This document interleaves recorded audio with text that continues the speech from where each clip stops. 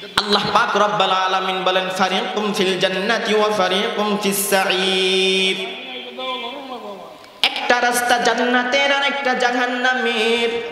এই জান্নাতে যাওয়ার স্বাধীনতা আল্লাহ তাআলা আমাকে দিলেন, জাহান্নামে যাওয়ার স্বাধীনতা আল্লাহ আমাকে দিলেন।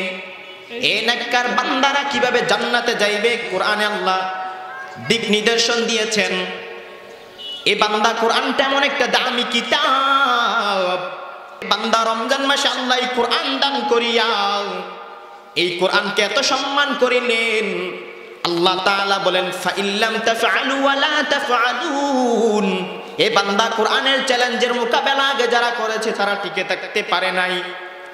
ওয়া লা তাফআলু, যারা ভবিষ্যতে কোরআনের মোকাবেলা করবে তারাও টিকে থাকতে পারবে না। এই কোরআন এমন একটা কিতাব, আল্লাহ তাআলা বলেন যেই বান্দা এই কোরআনের কি সম্মান করবে ওই বান্দার সম্মান দুনিয়ার মধ্যে বেড়ে যাবে। কারণ রমজানের মধ্যে কোরআন নাজিল করার কারণে আল্লাহ পাক রব্বুল আলামিন রমজানকে সম্মান বাড়ায়া দিলেন, মানুষের মধ্যে সম্মান বাড়ায়া দিলেন। দুনিয়ার জমিনের মধ্যে তাকায়া দেখো বান্দা, যারা ইমানদার, যারা মুমিন, তাদের কোনো ভয় নাই। রমজান মাসে ইমানদারের ইমান পাক্কা হয়।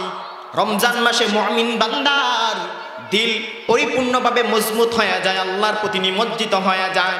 যেই বান্দা রমজান মাসকে সম্মান দিবে, কোরআনকে সম্মান দিবে, আল্লাহ তাআলা বলেন ওই বান্দাকে আমি আল্লাহ তাআলা সম্মান করব। রাসূলের মুহাব্বত ভালোবাসা যেই বান্দার অন্তরে থাকবে, ইমান বান্দার পরিপূর্ণ পাক্কা হয়ে যাবে।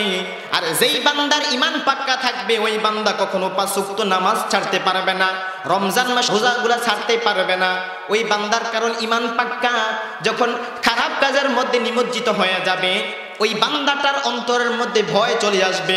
কারণ ওই বান্দা বলবে তাকুল্লাহ, আমি আল্লাহকে ভয় করি, আমার অন্তরের মধ্যে আল্লাহ তাআলার ভয়।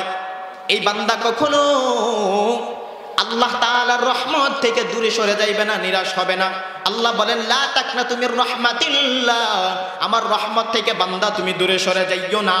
যেই বান্দাটা পরিপূর্ণ 5 ওয়াক্ত নামাজ বা জামাতের সহিত আদায় করবে, যেই বান্দাটা মাহে রমজান মাসে রোজা রাখবে, কোরআন তেলাওয়াত করবে, ওই বান্দাটা কখনো আল্লাহ তাআলার রহমত থেকে নিরাশ হতে পারে না। অতএব মুসলমান, কি বোঝা গেল?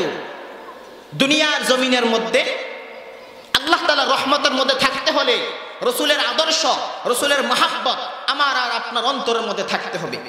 সাহাবায়ে কেরামদের দিকে তাকায় দেখেন কেমন রাসূলের মুহাব্বত ছিল, কেমন রাসূলের আদর্শ তাদের মধ্যে ছিল। আর আমি আর আপনি মুসলমান হিসাবে কেমন আদর্শ